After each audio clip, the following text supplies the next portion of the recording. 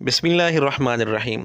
فقہ مالکی کی مشہور اور بنیادی کتاب ہے المدونۃ الکبریٰ۔ اس کتاب کی ایک بات مرزا جہلمی کی خواہش کے خلاف تھی، تو مرزا جہلمی نے اس وقت اس کتاب کے متعلق کیا تبصرہ کیا، آپ خود اس کی زبان سے سن لیں۔ تو امام مالک ہاتھ بھی باندھتے تھے اور رفع دین بھی کرتے تھے۔ بہرحال المدونۃ الکبریٰ ایک کتاب امام مالک کی طرف منسوب ہے، اس کی سند ثابت نہیں ہے۔ اس میں ہے کہ امام مالک ہاتھ چھوڑ کے نماز پڑھتے تھے۔ تو مرزا جہلمی کے نزدیک اس کتاب کی سند ثابت ہی نہیں تھی، لیکن جب مرزا جہلمی کی خواہش اس کتاب سے پوری ہو رہی تھی تو اس وقت مرزا جہلمی نے اس کتاب کے متعلق کیا تبصرہ کیا، وہ بھی آپ سن لیں۔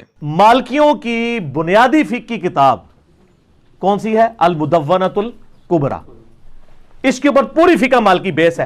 اس میں ڈائریکٹ امام مالک سے سوال پوچھے گئے، انہوں نے جواب دیے ہیں۔ لو جی، اب وہی کتاب ہے، لیکن اب مرزا جہلمی کے نزدیک یہ کتاب معتبر بھی ہو گئی، بنیادی بھی بن گئی، مستند بھی بن گئی۔ مرزے کی عادت تو خیر ہمیں معلوم ہے، ہمیں افسوس ہوتا ہے مرزے کے شاگردوں پر۔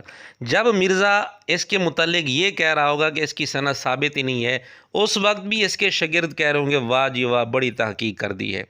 اور جب مرزے نے یہ کہا ہوگا کہ یہ بنیادی کتاب ہے، مستند کتاب ہے، اس وقت بھی اس کے شاگرد یہی کہہ رہے ہوں گے کہ بڑی تحقیق کر دی ہے۔ مرزے کی پہلی گفتگو 4 سال پہلے کی ہے اور بعد والی گفتگو 3 سال پہلے کی ہے، 1 سال کا فرق ہے۔